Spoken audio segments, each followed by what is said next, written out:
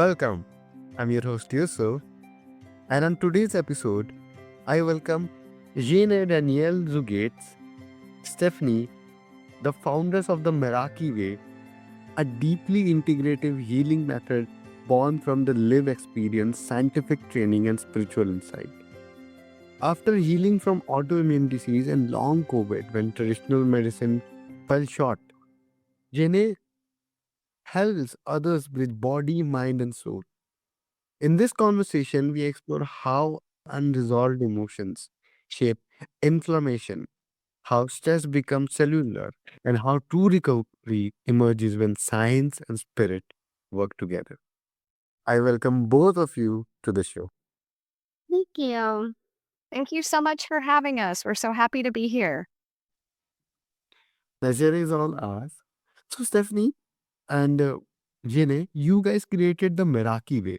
Can you tell us more about it, what it is? Sure, absolutely.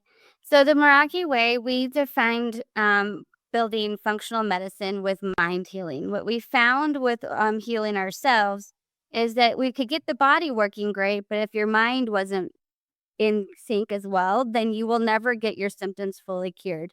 And so with our method, we combine the functional testing because you get the normal testing through your traditional medicine, but the functional testing is even deeper. It looks at how the cells are actually firing, how they're going to fire.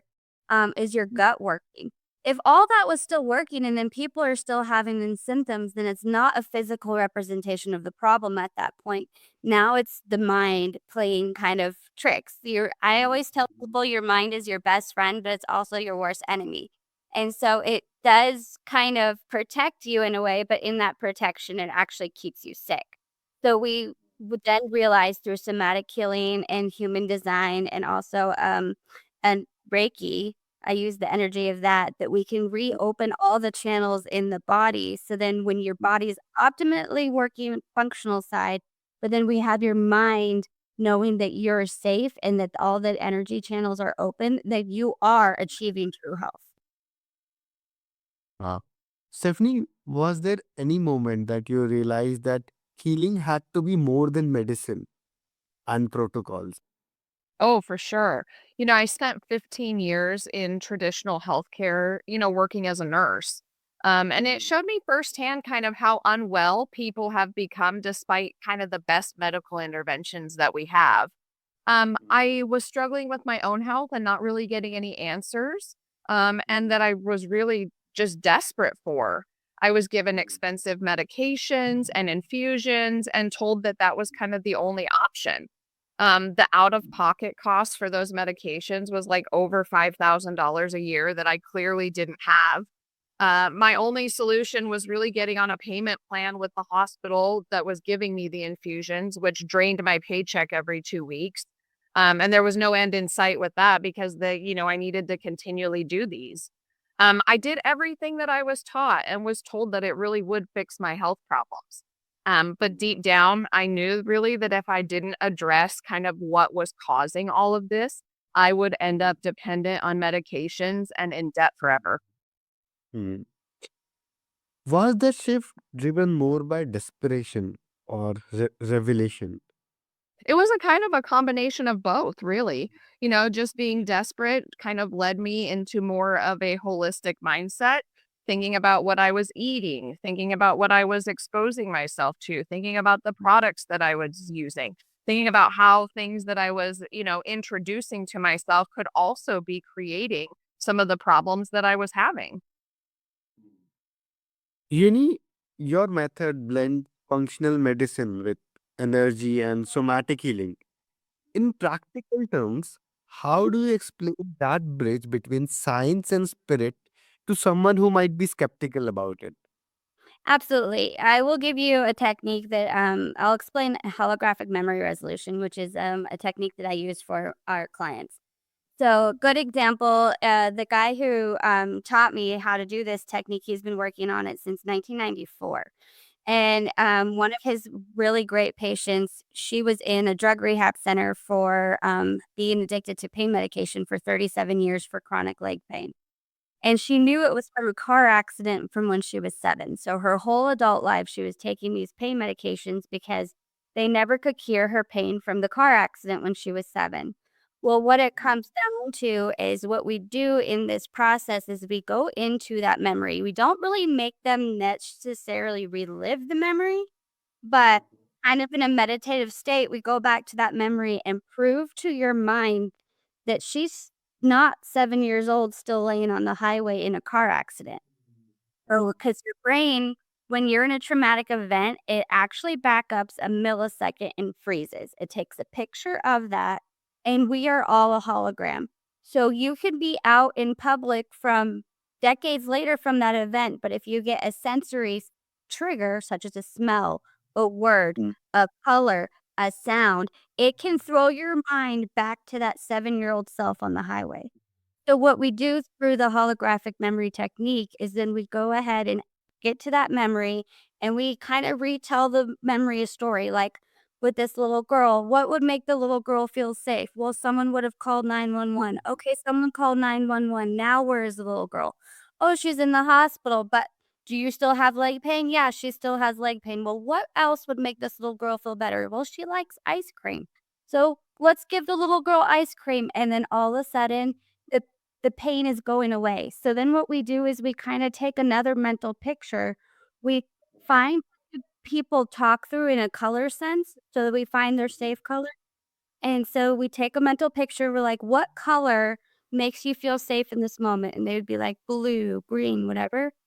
Then we would tell them to, "Okay, well, take that color, and that color is rushing out through your whole body into where all of your pain was." And that's how we trick the brain to tell the brain, "We're not the 7-year-old little girl on the highway anymore." And she was cured overnight with her pain addiction and never had the leg pain since. And, she was really frustrated that it was decades, like 37 years later, that it finally got fixed. But that is where we mean, like, the brain does that because it wants to protect you from the traumatic event. It's trying to keep you safe, but the brain doesn't know what's real and not real, and it also doesn't know when to stop.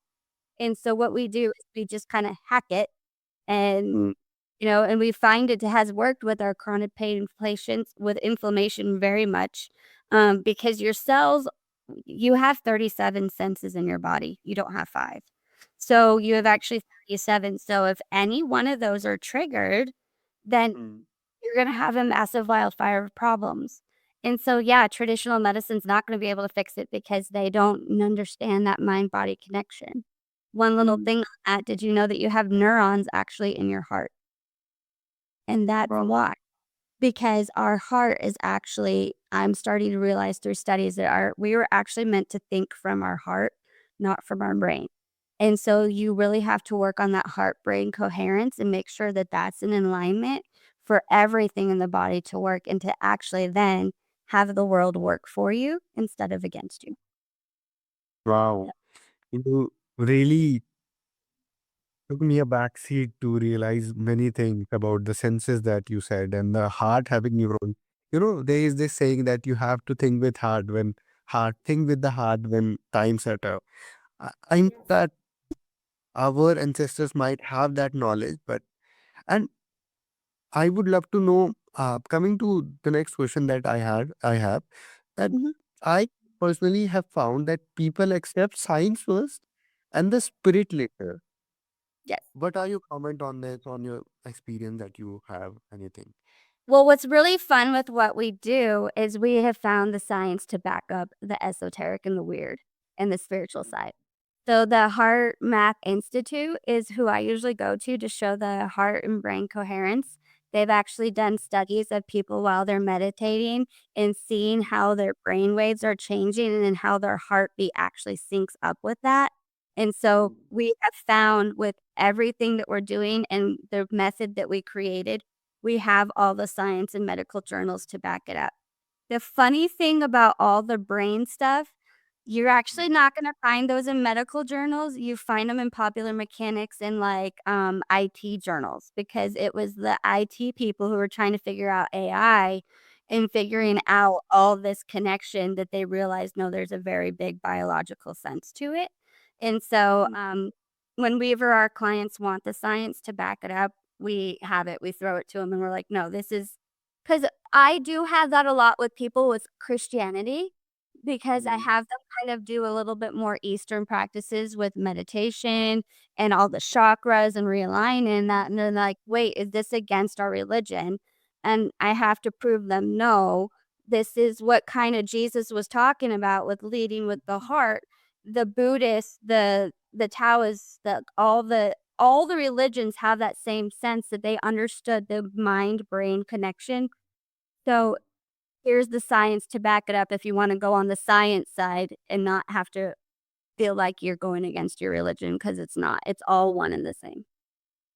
Well, too, and you also, as far as the science is concerned, that's why we do the testing too, so that we can show the physical changes within your body.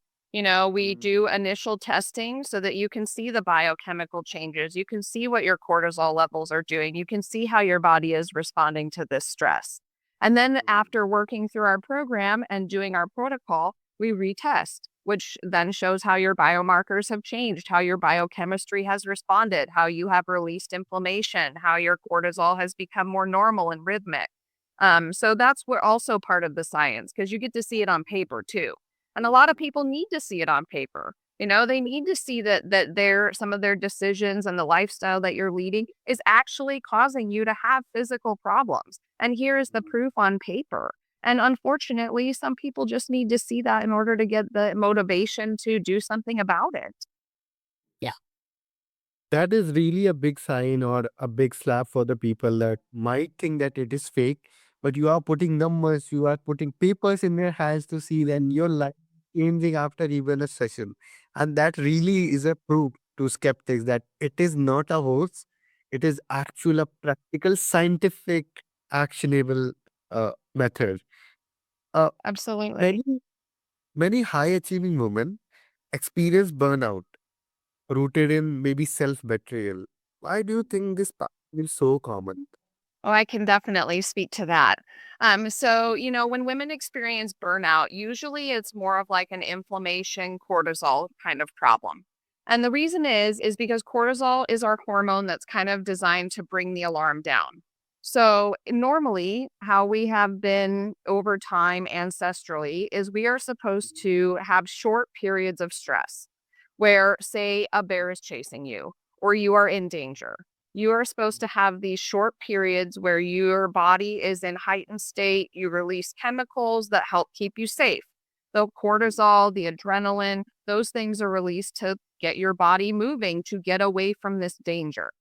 What has happened in modern times now is that we are under constant stress. It is not a small period. You are being chased by a bear every single day, in your mind, not just physically, but in your mind too, because we are constantly scanning for danger, pressure from perfectionism, old emotional wounds, living your life out of alignment. All of those keep sending a message from your head to your body to stay on high alert. And your cortisol really pumps all day long when you're doing that. And over time, our cells really stop responding. They develop cortisol resistance, and the body kind of becomes deaf to the cortisol signal. And when it can't hear cortisol anymore, that's when inflammation really becomes the regulator. Your gut barrier weakens, you start having food sensitivities, your sleep becomes difficult, your nervous system is tense, you're feeling tired and wired at the same time, burnt out, puffy, reactive to your spouse, your family, your friends. And that's why chronic stress really isn't just emotional, it's actually biochemical. Eventually, your cortisol drops because of the overuse. And now your body's trying to put out a fire with no water. And that's where the burnout comes from. You get exhausted, you're inflamed, and absolutely nothing seems to help. But really, what's kind of important to understand is that it really isn't a personal failure. It's nothing you're doing wrong. It's just how our society and world is built these days. And it is simply what happens when you're carrying too much for too long. And that's really what we do is we kind of recalibrate your body, recalibrate your mind, how you're thinking, get you out of these, stressful thought patterns that's now driving your body as well. And so that's, where we help your body take kind of a deep breath and your inflammation goes away, you get your energy back, and you stop that burnout feeling. Wow. And what could be one of the first internal shifts that one should start making to break that cycle? Maybe can you tell us in more detail? Yeah, one of the tricks that I do, especially with, I'll just give a little bit of background on what I am.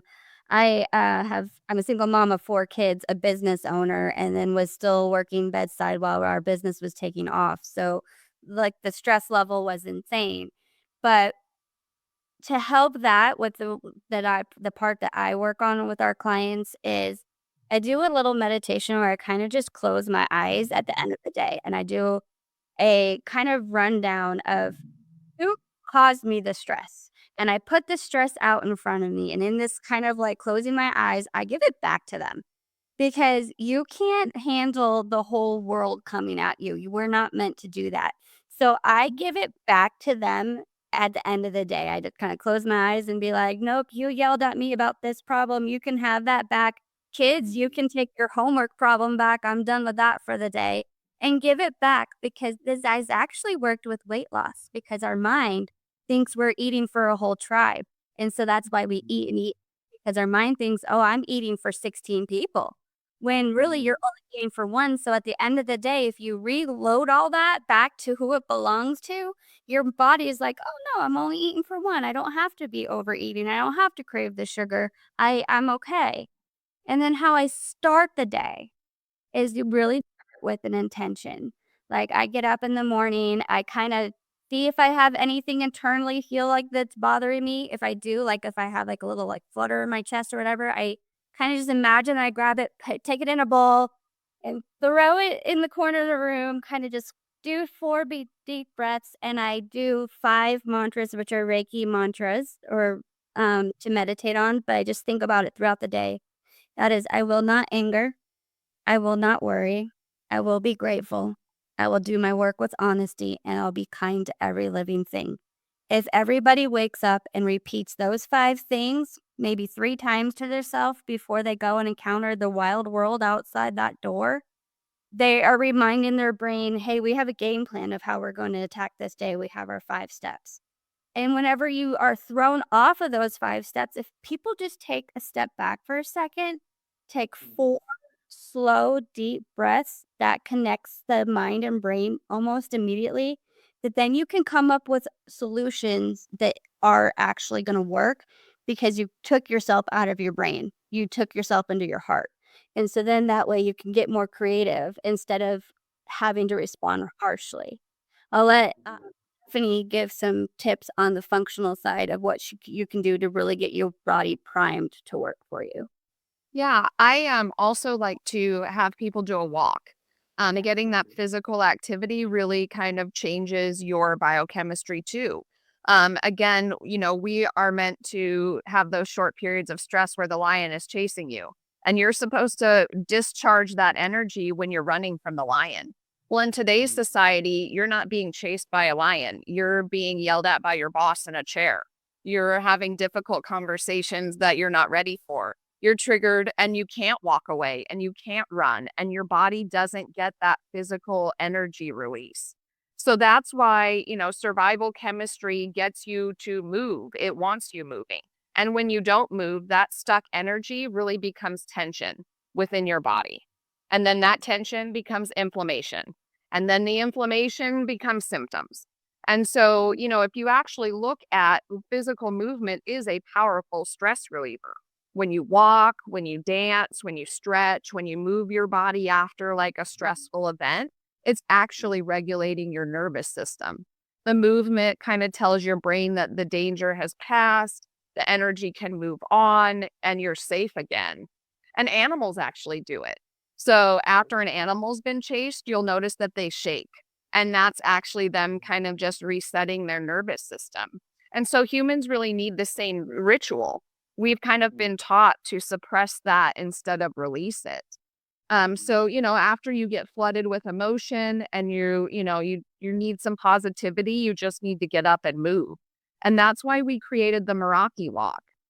So it's a walk and a daily practice that kind of gives your body what you need, what's been taken from it when you're sitting all day in these stressful situations.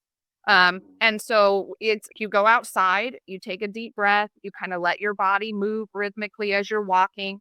You listen to a special type of music, and it really helps de-stress you. It helps you connect with nature, which is another amazing thing for your mind and your body. We're very disconnected from nature anymore.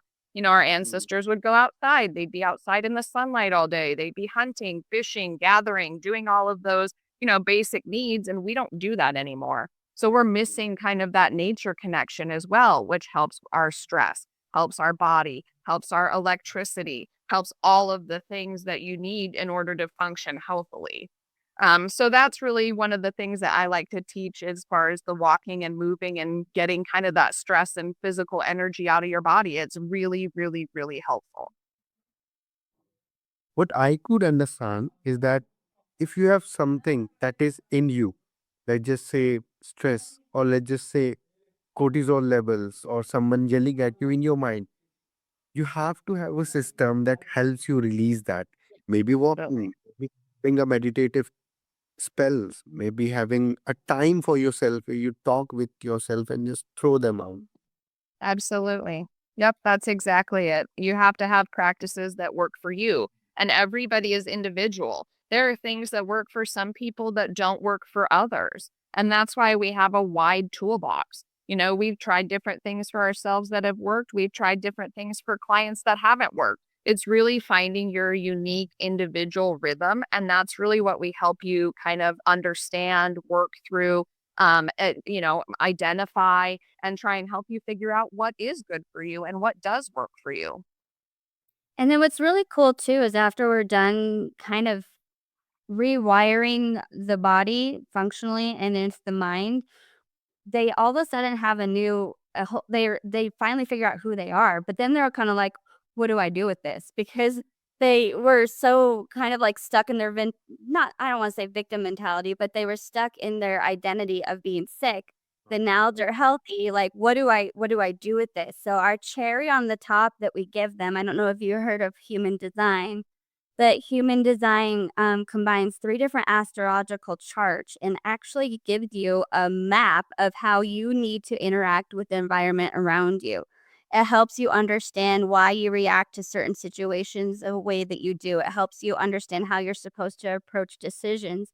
It helps you understand, like, there's a profile in human design where some people are actually not meant to blossom until their 50s. And so it's kinda like, no, you're not supposed to have life beat you up. It's teaching you because you have a set purpose of why you're here. So our cherry on the top that we give our clients is basically what their purpose is according to the chart. Now, does everybody live 100% to their design? No, not necessarily because we have social conditioning, but it can help you understand why maybe, man, why am I not disciplined? Why can't I be a disciplined person? Well, because you're not supposed to be. You're supposed to be the manifester who floats around and creates things. That's why you're supposed to be living in the clouds. That's your design. And so it really helps people realize that they're not a square trying to fit in a circle space. Like, we are all individuals that are set apart for our certain purpose. And so it's really fun to watch our clients blossom when they're like, it feels like we're giving them so much of life back and just seeing them finally just blossom of who they are. It's the coolest thing. And are there any platforms or ways that our listeners can connect with you? Yes. Oh, Go, Steph. yeah. So they can visit us at Meraki, functionalreset.com. And it's spelled Meraki. We're also on Instagram, Facebook, TikTok, LinkedIn, pretty much all the major social sites. So you can follow us there anytime. Yeah. You are getting a new follower. That is me. I'm your shit. Awesome. Yes. And all of our clients, if they go onto our website, the Meraki Walk is actually free. So they can do that. It's a 5-day email prompt that will be sent. It will just each day, it opens you up more to understand the environment around you. And that is what's really fun to show with clients is how the mind actually does want to work with you. Now, when you're kind of going through this process, your mind it will kind of fight back a little bit because it's always like, I want to be the one in control. But as you kind of play with yourself and your mind, you realize that it's a beautiful synergic relationship that it's just it was a blessing that it was found with both of us with our own problems. And now it's like we want to go shout on the mountaintops of like, life is so amazing when you actually get full control. You know, As we wrap up this conversation, let this conversation remind you that your healing is not fragmented, it's whole. Your emotions, your body, your spirit, and your story all belong to the same ecosystem. When you listen deeply and honor every layer, balance becomes possible. Take one small step today toward the version of you that feels aligned, rested, and alive. Your healing begins from within.